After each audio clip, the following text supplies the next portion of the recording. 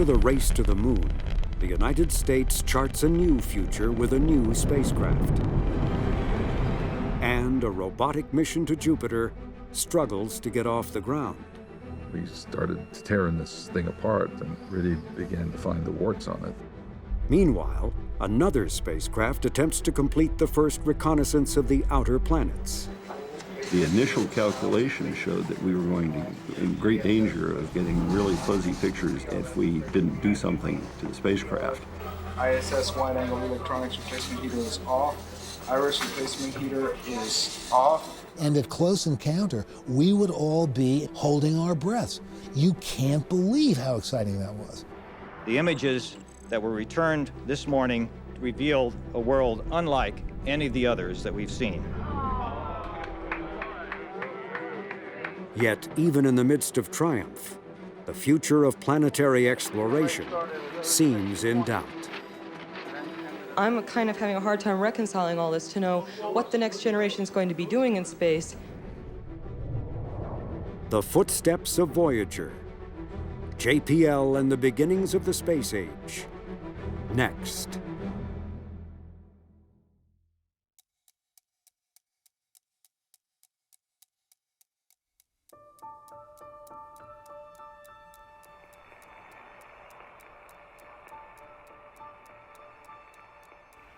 I was strolling on the moon one day in the merry, merry month of December. No, May's the month. May, that's right. In December of 1972, Apollo 17 astronauts Harrison Schmitt and Gene Cernan took the last steps on the moon. Okay, Bob. Let me tell you, Bob, this flag is a beautiful picture. That's beautiful. This has got to be one of the most proud moments of my life, I guarantee you.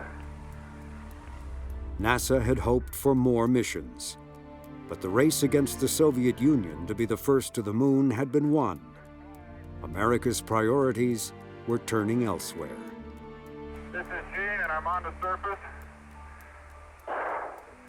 And as I take man's last step from the surface, I'd like to just let what I believe history will record, that America's challenge of today has forged man's destiny of tomorrow. Godspeed the crew of Apollo 17.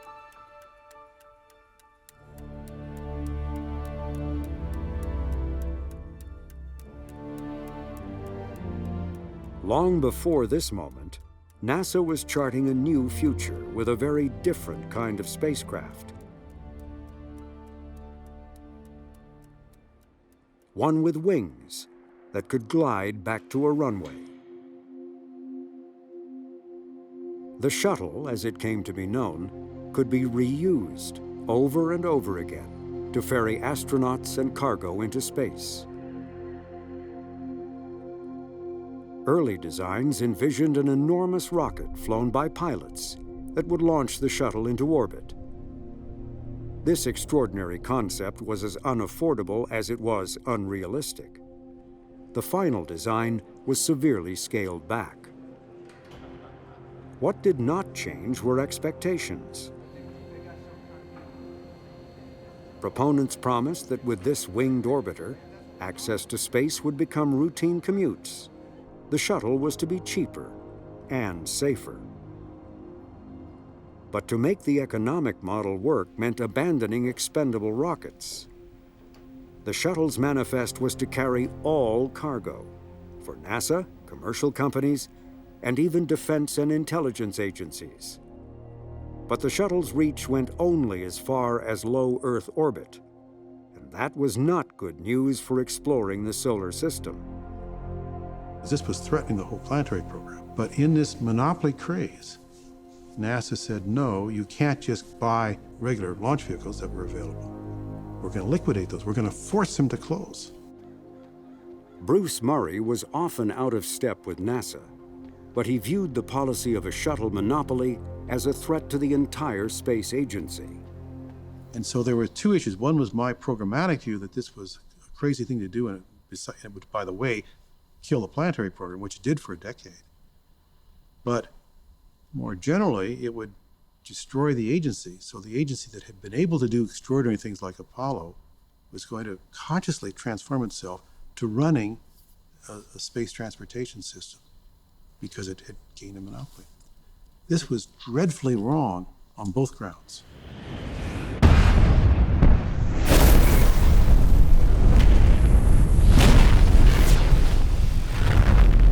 Murray's criticisms were hard to see when the shuttle first flew. The shuttle not only looked like a space-age vehicle, it impressively performed like one.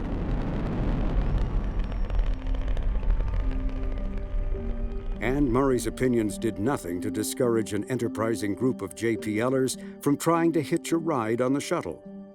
The team's leader was Charles Elachi, and he pitched a series of radar science experiments. And basically the configuration of it at launch, it will be configured in this arrangement. Once we get in orbit, then the antenna panels will be opened, which will take about 1 minute operation to open the antennas.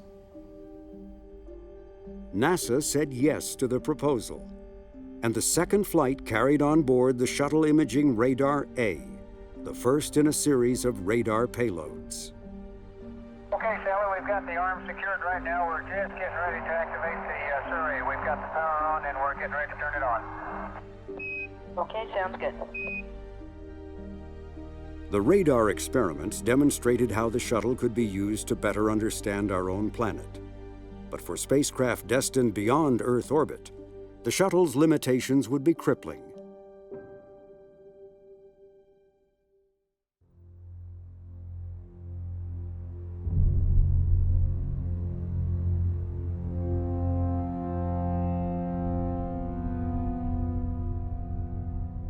Jupiter.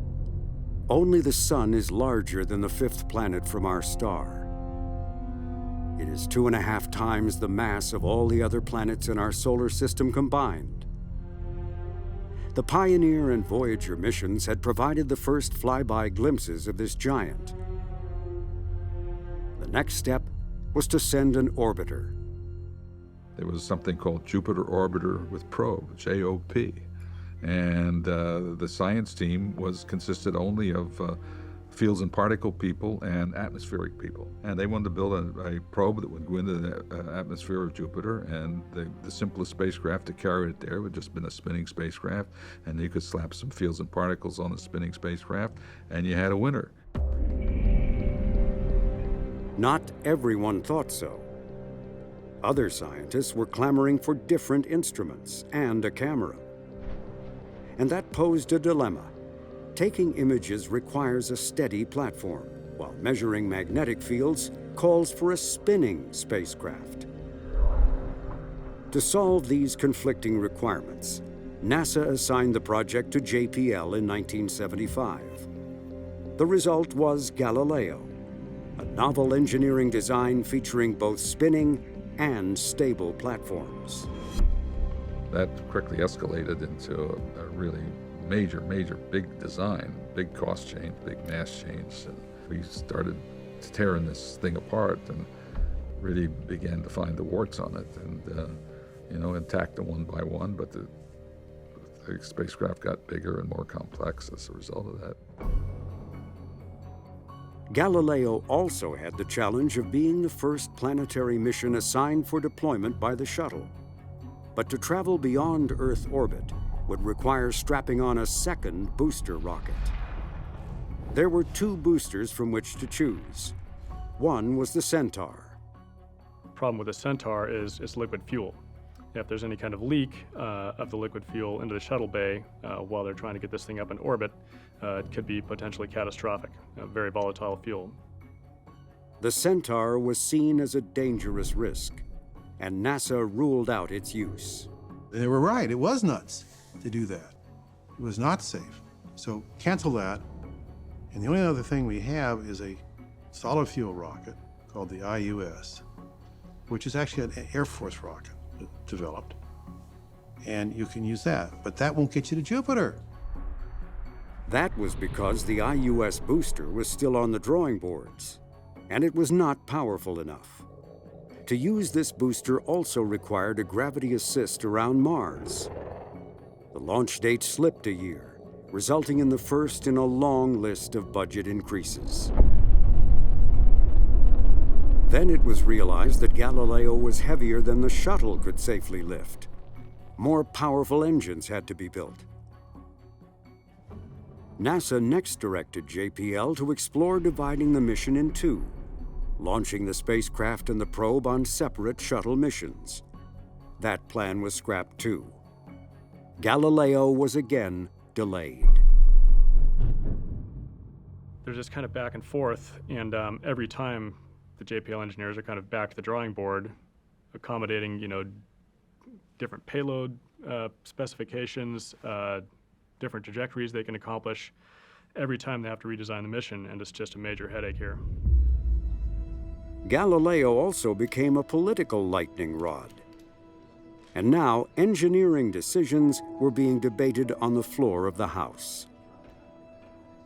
Earlier this year, we passed a NASA authorization bill overwhelmingly in this House that said that we would go with the IUS.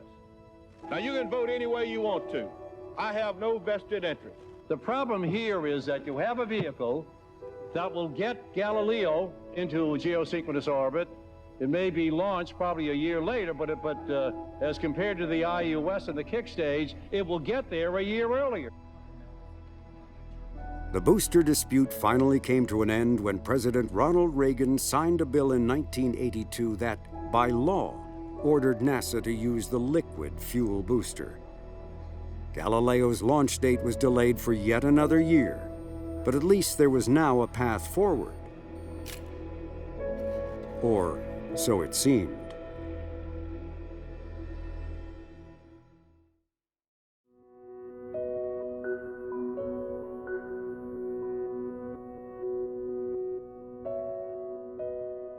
Galileo survived.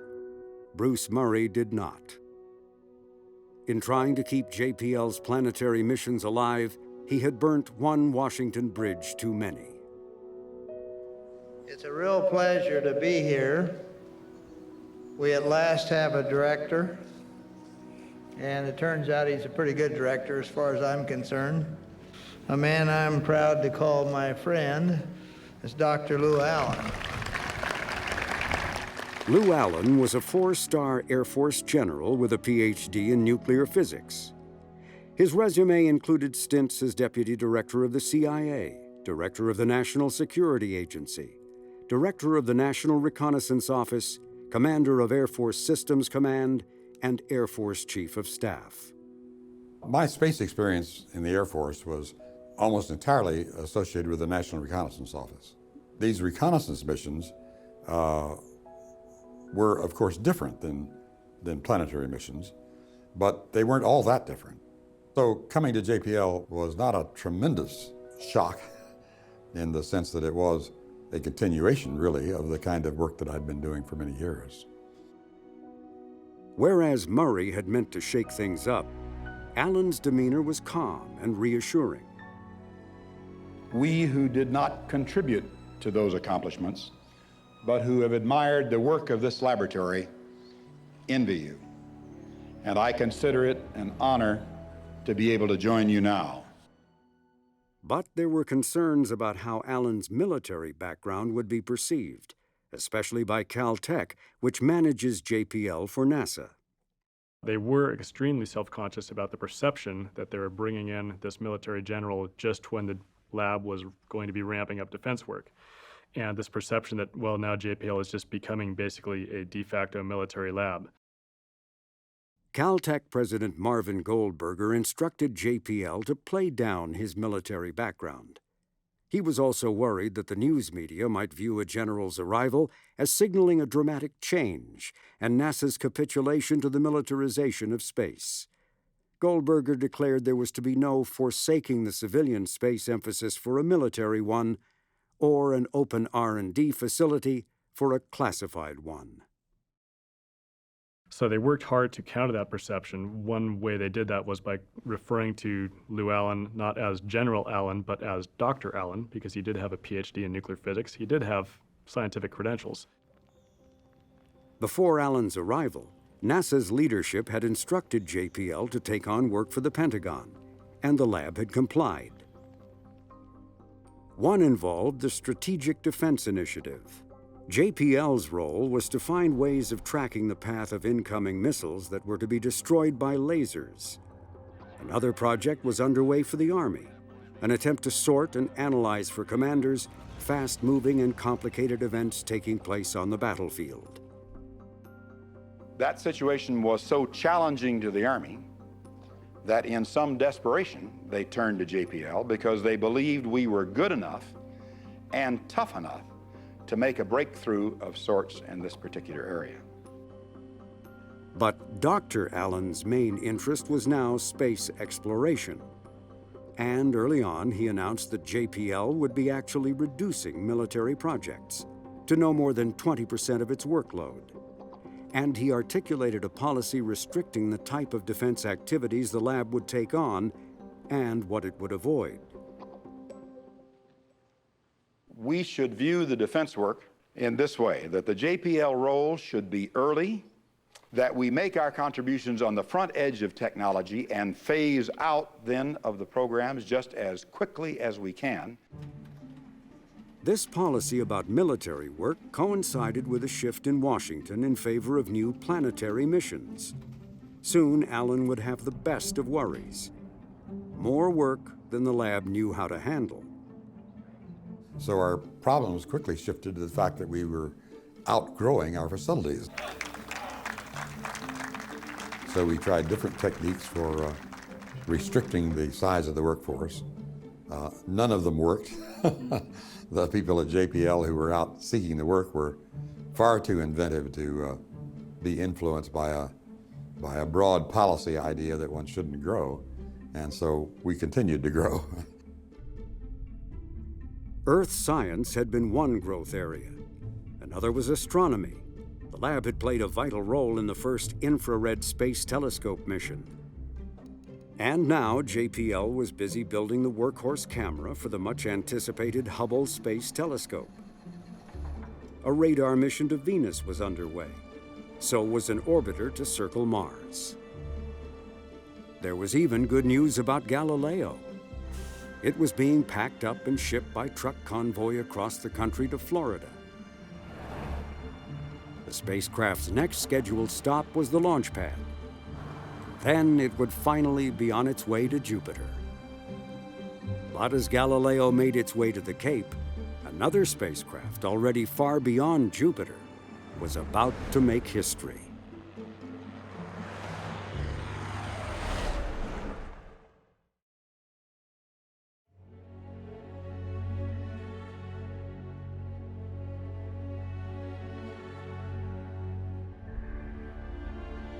After triumphs at Jupiter and Saturn, Voyager 2 was closing in on the first encounter ever with the ice giant planet Uranus. Voyager's journey to this point had taken over 8 years. And the wear and tear of 1 billion miles was beginning to show. The scan platform that moved Voyager's camera was prone to seizing up. Transmitting instructions to the spacecraft was an elaborate chore, as the primary receiver was no longer functioning and the backup was only partially working. Getting a signal back from Voyager was a challenge too. One-way transmission time now took 3 hours. The extension of the mission to Uranus and Neptune, I think, highlights really one of the unsung heroes of JPL, and that is the Deep Space Network. The Deep Space Network is a group of antennas arrayed in 3 strategic locations around the globe.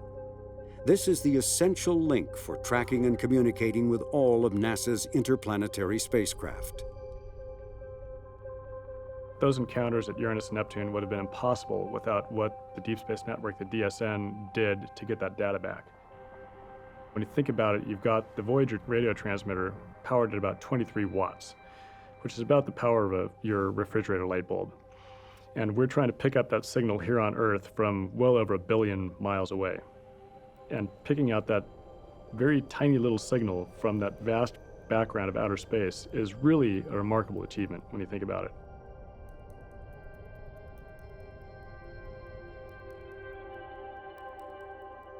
Plotting Voyager's encounter was another challenge. That was because compared to the rest of the planets, Uranus is flipped on its side, caused perhaps by a gigantic collision long ago. Uranus was a real planning challenge, and the reason why is, one, we only get one shot, and two, Uranus is kind of turned up on its edge. And we're now, instead of seeing the moons in kind of a plane where you can fly through this plane and get one after the other, we're looking at a bullseye. That meant that the flyby of Uranus and its moons and rings would occur nearly simultaneously. Coping with so much to see in such a short period of time would make this the most intense of all the Voyager encounters.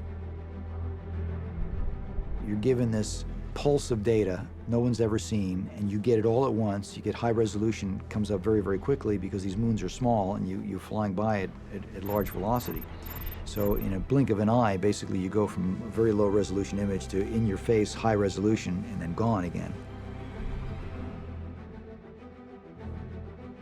You're going to go by every satellite in the same hour. It presented kind of a extreme version of the scientific competition between different targets. Everybody wanted to look in different directions. As he had done at Jupiter and Saturn, project scientist Ed Stone listened to the arguments, sought consensus, and then made decisions. I would take a poll, but it was not literally a vote in the sense, because I didn't feel that the science should be decided by vote. It really had to be decided on its value. And that had to be something that ultimately the group understood. In some cases I had to make a decision where in fact it was really weighing two different objectives, and it was a judgment call. The biggest worry was whether anything could be seen at all. Anyone who has ever used a camera knows that taking a picture in focus requires a steady hand and ample light. Voyager was moving at over 30,000 miles per hour, and sunlight at Uranus is 400 times fainter than at Earth. One half of Uranus, in fact, was not even in sunlight. The initial calculation showed that we were going to be in great danger of getting really fuzzy pictures of practically everything if we didn't do something. And so we actually did some re-engineering on the spacecraft with the help of the engineering teams. Last medium rate started at 0620 and ended at 0623. We called it our anti-smear campaign. We basically improved our camera platform in flight by remotely changing how we operated it.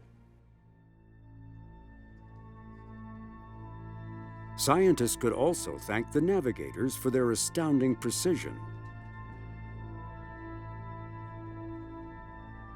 Voyager would arrive just a single minute off the predicted schedule, a schedule calculated 5 years before. Now came the mad rush to squeeze close to 100 measurements into just a few hours. Off. Iris flash off heater is off. There are no temperatures in alarm. All items are as expected. Temperature is low, spacecraft 32. We were bringing our sleeping bags to our offices and sleeping overnight so that we could be there and not miss any of the great discoveries that were occurring on a regular basis. Even though we couldn't predict what they were, we knew there were going to be some great surprises.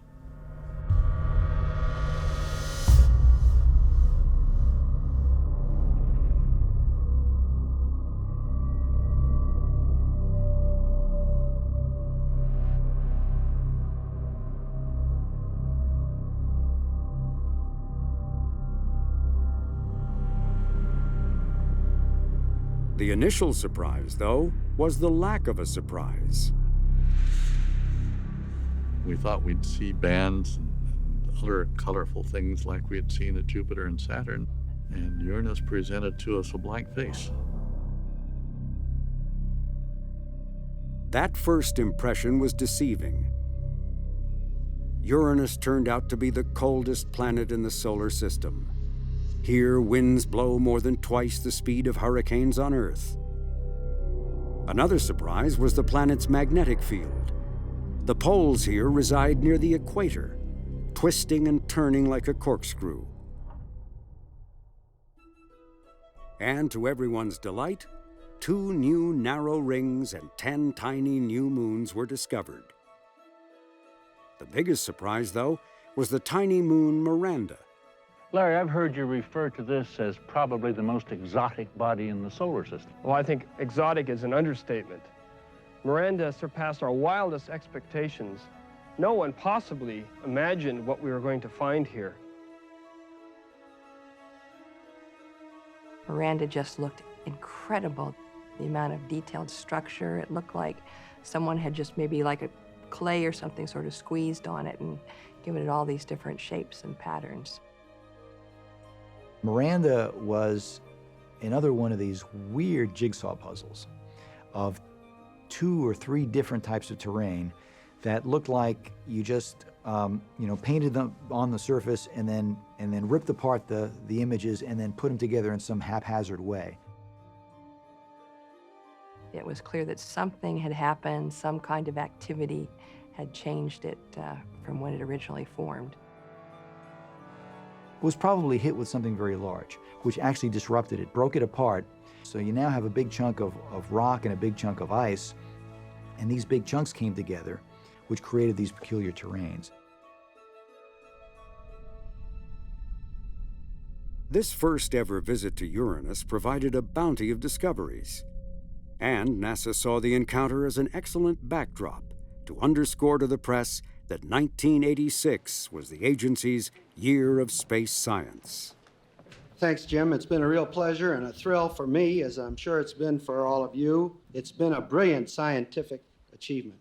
But the plan It's been backfired. an enormous These reporters were, almost to a person, unabashed supporters of exploring the planets. And the answer to one question had the effect of waving a red flag in front of a herd of disgruntled bulls. This is pretty much the whole ball game, isn't it? None of us in this room were ever going to see anything else of any real consequence coming back from Uranus, are we? As I just mentioned, it is very likely that there will be not be another mission to Uranus for a couple centuries. And so this is it. To what extent is the fact that the United States does not have its own Halley mission a loss of face or a step backwards in terms of keeping the United States preeminent in space technology? What follow-up plans you have for the follow-up stars? I'm kind of having a hard time reconciling all this to know what the next generation is going to be doing in space. What assurance can you really offer that the United States is going to continue to pursue planetary science and that when we see international missions, it won't be international without the United States?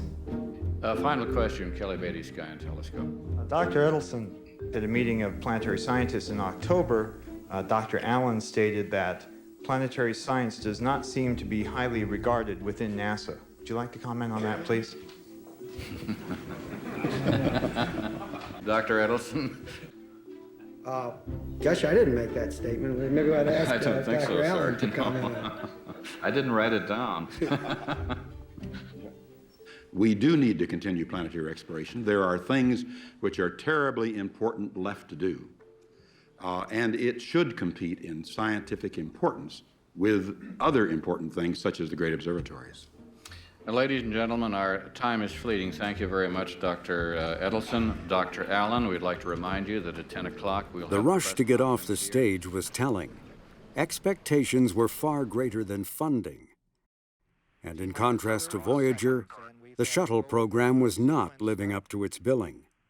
Access to space had not become routine, cheaper, or safer.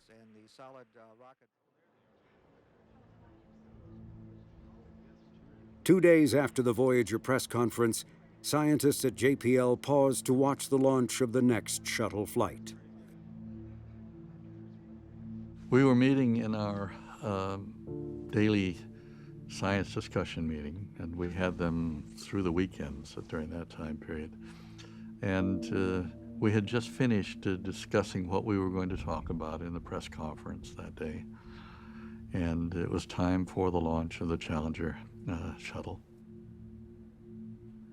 And so we had a television set there in the room, and we broke our meeting up just in time to watch that. And T-minus 10, 9, 8, 7, 6.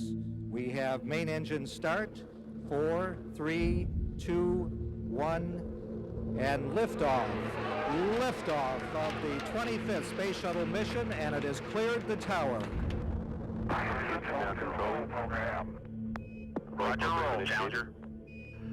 And we were pleased that it got off the ground, and then suddenly we saw this bright flash and trails of material going in different directions. And it slowly dawned on us that the Challenger had actually blown apart. Flight controllers here looking very carefully at the situation. Obviously a major malfunction. It was a tremendous shock. We have no downlink. We had 2 TV monitors up, one that was streaming the pictures of Uranus coming back, and the second with the repeats of the explosions of the Challenger. So hard to watch those. Success versus tremendous success with Voyager versus the heartbreak of what happened with Challenger.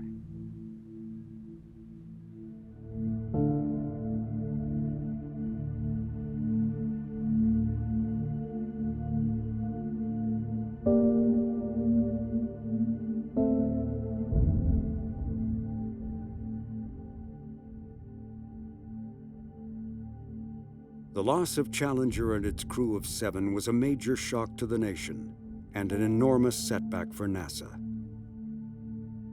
All shuttle flights were grounded. With no shuttle and no available expendable rockets, there was no doorway into space for the United States. Galileo was wrapped up and transported back to Pasadena.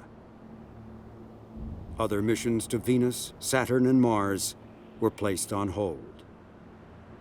All of you recall, I'm sure, that 1986 was to be the year of space science. It began magnificently with Voyager's encounter with Uranus. But of course, the year of space science was brought to a tragic conclusion when the Challenger accident occurred so early in the year. We are overall looking at a substantial period of stand down in the achievement of space science information from the exploration of the solar system. Satellite programs will have to go into storage for a substantial period of time.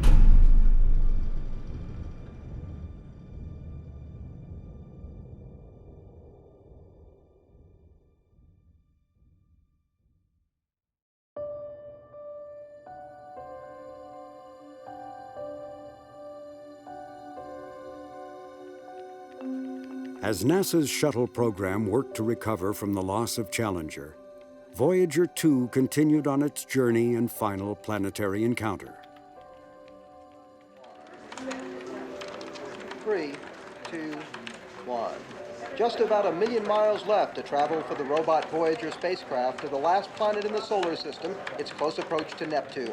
Scientists are eagerly awaiting the close-up pictures of Neptune and its moon Triton, and project scientist Ed Stone says they'll be looking for more moons, too.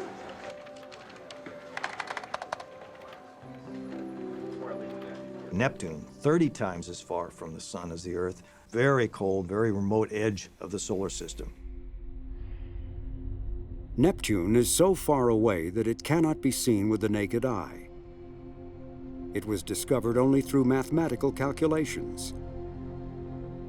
This was the best telescope image of Neptune before Voyager 2. It's very, very dark at Neptune. We knew that there were rings at Neptune. The rings themselves were half the brightness of soot, seen against a jet black background with sunlight which is 1,000 times dimmer than it is on Earth. So you've got everything going against you. Once again, Voyager had to be retooled by remote control to have any hope of getting back usable images. If the spacecraft is doing what it normally does, which is to slowly weave bob around, it rotates around like this, you know, you're just going to smear everything.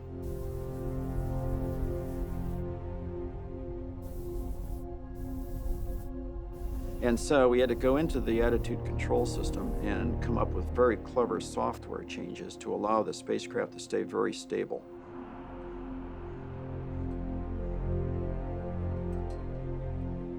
More advances in data compression were needed. A global array of antennas had to be lashed together, and Voyager itself was requiring attention. The spacecraft has encountered its problems. It's deaf in one ear, essentially, one of the receivers. It's tone deaf in the other ear. It's got an arthritic scan platform. It's hung up on us several times. It's got memory lapses. It's got other, you know, the kinds of things you can associate with degradation, with age. But nevertheless, it's got a personality, and it's also got a brain. And that brain had already noted a massive swirling storm, previously unknown moons and ring arcs. These were early signs that Neptune would not be a bland world. It was a kind of an amazing encounter. I'm still not exactly sure why it happened, but it was a huge public affairs success. With each encounter, Voyager became better known, and scientists and engineers were more media savvy. Some were even doubling up as news anchors. We go to the opening, Yep. we come to you, Right. we say a few words, we say, let's have examples of star occultation. The Neptune encounter, I got to be the host of a PBS show called Neptune All Night. It was 4 hours of sitting there in front of a TV monitor for people who wanted to stay up all night for the encounter. 3, 2, 1, roll the opening. Opening rolling. Another anchor was a young engineer named Suzanne Dodd. With us this morning, we have Dr. Jay Holberg. I just He got is a asked. member I think of Ultraviolet JPL was looking for a young female engineer who knew something about the Voyager project and what Voyager was going to do. Dodd joined the Voyager team right out of college. She had moved up the ranks and was now responsible for the commands that would have Voyager executing a daredevil flyby of Neptune. And I thought, okay, my career's kind of riding on this one because I built the closest approach sequence, and if it goes wrong, it's my, you know, it could be my fault. A sense of drama was everywhere, and journalists and writers from all over the world were converging to be a part of what was being called the last picture show. It was like a reunion. I mean, they came out here and they melded with the scientists. The scientists had a great time. They got a lot of good press coverage. It was a festival. And at times, a feeding frenzy. No one knew that better than a Dutch-born, sleep-deprived JPLer named Yuri Vanderwood. It was his job to provide the always-on-deadline press with the latest images that were coming quite literally off the printing press in this era before the internet. In those days, as soon as they saw you come in with the boxes with photographs, was everybody had a deadline. And it was exactly 15 seconds from the moment they saw you. Okay, just before you leave here, come by and I will get you a bunch of photographs to take home. All right? Thank you. Fantastic. Then I had to turn around, go to the photo lab, and see what was coming in as far as data is concerned, see how it was processed, then have 600 to 800 of those individual photographs printed of each, stacks of photographs that high. That had to happen through the night. But I had to stay there to get captions written and printed and glued on the back of each of the prints. 3 weeks I saw no bed.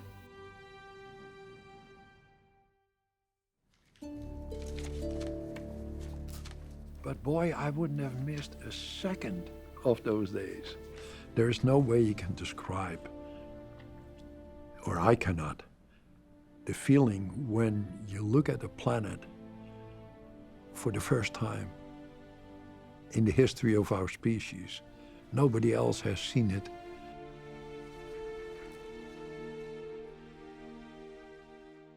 It's kind of interesting. Beautiful pictures frequently are the ones that also have a lot of scientific content in them. We've been in observatory phase for months, seeing Neptune as a slowly growing from a dot to something filling the television screen and more. Neptune itself is a beautiful, austere blue world. We are looking at a world of clouds and gas. The surface, if any, is far below. We have no idea what's deep down there. And at close encounter, we would all be in von Karman holding our breaths. And you'd get these incredible pictures, which nobody'd ever seen before. And you'd sit there and you'd say, oh my God, you can't believe how exciting that was. As Neptune's dark spot, the size of the Earth, came more into focus, other features became apparent too. Just below the dark spot was a group of streaking clouds circling Neptune so fast they were named Scooter. Here, winds blow over 1,200 miles per hour, the fastest in the solar system. Voyager was moving fast too, and flying low, skimming just above the cloud tops of Neptune. Then the gravitational force of the planet bent the spacecraft downwards towards the final flyby. Scientists who were accustomed to extraordinary sights were still amazed by what they saw at Neptune's moon, Triton. Last night was certainly a night to be remembered. I think it's the most exciting night that I can remember from any of the encounters that we've had with Voyager, and there have been some exciting nights. Without a question, the images that were returned this morning revealed a world unlike any of the others that we've seen.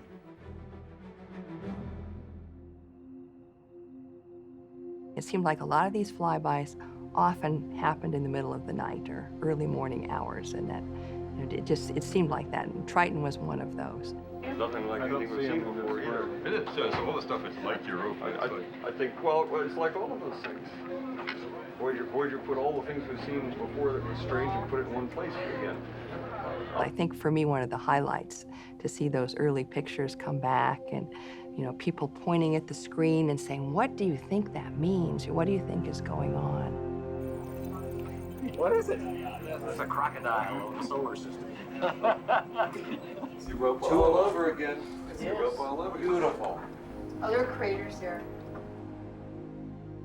What Voyager saw was a frigid world of rock and ice. And it also had a very thin atmosphere. And the atmosphere had these cloud structures in it, these very, very thin, narrow clouds. You guys see a limb haze? I think that's a wind streak. Oh, they're wind streaks, no question How about can you have a wind streak with such a tenuous atmosphere? You get the winds to Follow blow. migrations, you had to blow very hard. You get the winds to blow fast enough. Yeah, but do you calculate how fast it's got to blow in a several millibar atmosphere? Obviously, it knows how fast to blow because it's certainly streaking that material out. Triton had a very, very peculiar surface, very few craters, very odd, chaotic-looking terrain, very disturbed. There are areas that look very resurfaced, right? I mean, craterless. Here, perhaps, is the most diverse terrain in the entire solar system. Triton's surface has few craters, which suggests that unlike the moon itself, the surface is for some reason relatively young. A smudge on one of Voyager's images, so small as to almost go unnoticed, provided a clue as to why. We saw these vents of things, and the thing is only like 20 degrees above absolute zero. I mean, it's one of the coldest things there is, and it's got things erupting on it. And though these smudges were faint, the implications were spectacular.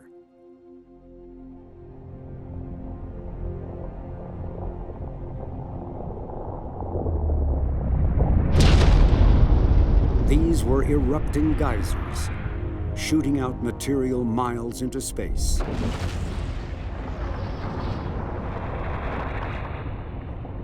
In other places, there were lava-like flows of ice, all of it believed caused by volcanic processes underneath Triton's surface. A world at the very, very edge of the solar system, frozen, we thought would be completely geologically dead, and it turns out to be geologically active. That was a great surprise.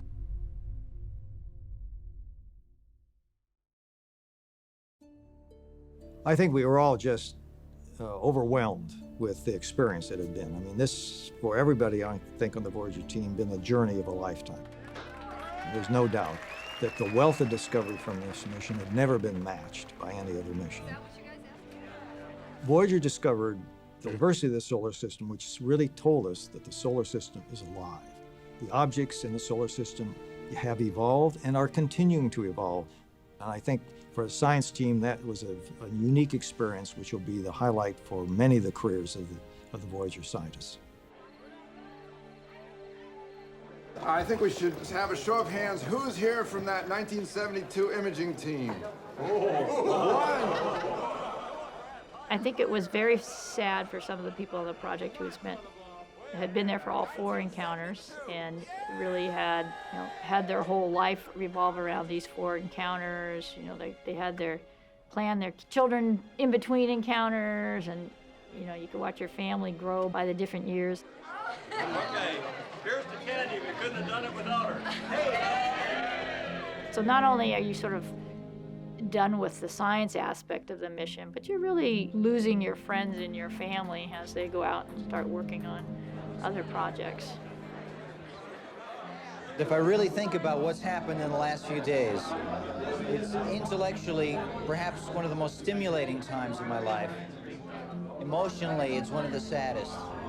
I've been here for the last 10 years. I've worked on this mission and always anticipated one encounter after the next, realizing they'd be fantastic, realizing that there'd be things totally unexpected. And it's over. We've done it. We've finished the first reconnaissance of the entire solar system. We've rewritten the textbooks. What do you do next?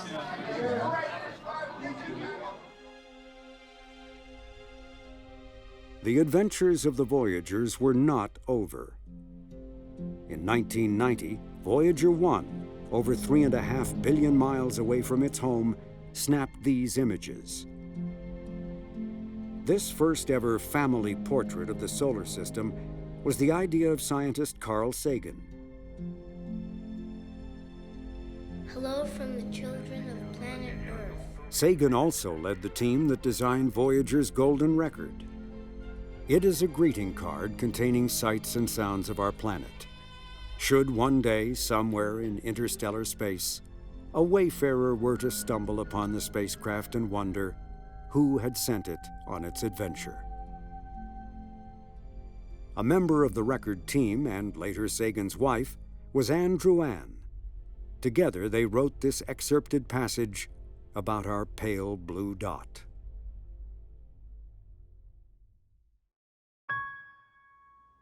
Consider again that dot. That's home.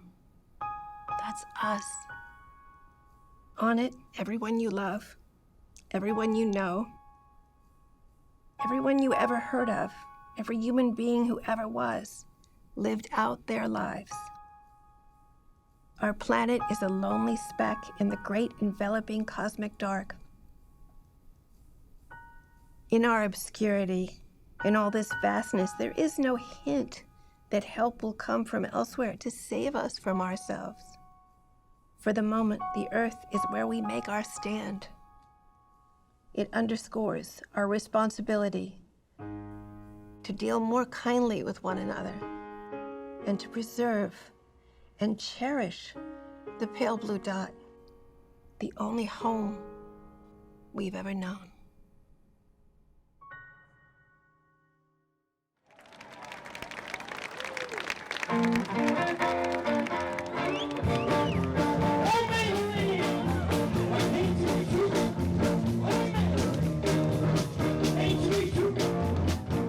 At the end of the encounter at Neptune and Triton, celebration organized by Carl Sagan and the Planetary Society was held on JPL's Mall. The evening featured a surprise appearance by rock and roll great Chuck Berry. It was a fitting choice, as Berry's music was now sailing outward toward the stars aboard Voyager's golden record. That was only one of many reasons to celebrate.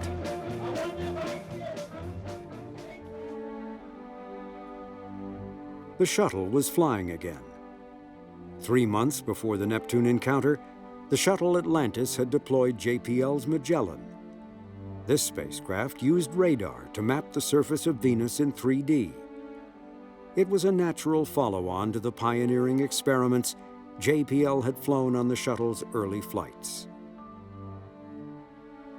5 months after Magellan's deployment, Galileo was also deployed and sent on its way to Jupiter. Magellan and Galileo were 2 of only 3 planetary spacecraft ever carried aloft by the shuttle. Lou Allen retired in 1991. He used this skit to help say his goodbye, riding off into the sunset with his wife. Allen died in 2010. Ed Stone became the new sheriff in town.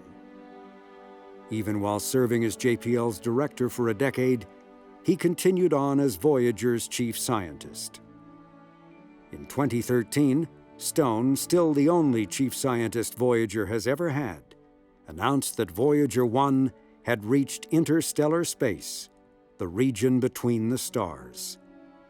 This historic event happened during the watch of Voyager's 10th project manager, Suzanne Dodd. All this was still ahead, but on this evening of the Neptune celebration, before Chuck Berry struck the first note on his guitar, Carl Sagan addressed the assembled crowd with words that are as fitting today as they were in 1989. Every human culture has rites of passage. They mark the transition from one stage of life to another. We are gathered here to celebrate Voyager's rite of passage. A machine designed, built, and operated right here at JPL has broken free of the sun's gravity, explored most of the worlds of the solar system, and is now on its way to the great dark ocean of interstellar space. The men and women responsible are gathered here. They are heroes of human accomplishment. Their deeds will be remembered in the history books. Our remote descendants may live on some of the worlds first revealed to us by Voyager. If so, those descendants will look back upon us as we look on Christopher Columbus. Voyager reminds us of the rarity and preciousness of what our planet holds, of our responsibility to preserve life on Earth. If we are capable of such grand, long-term, benign, visionary, high-technology endeavors as Voyager, can we not use our technological gifts and long-term vision to put this planet right? To take care of one another, to cherish the Earth, and bravely to venture forth in the footsteps of Voyager to the planets and the stars.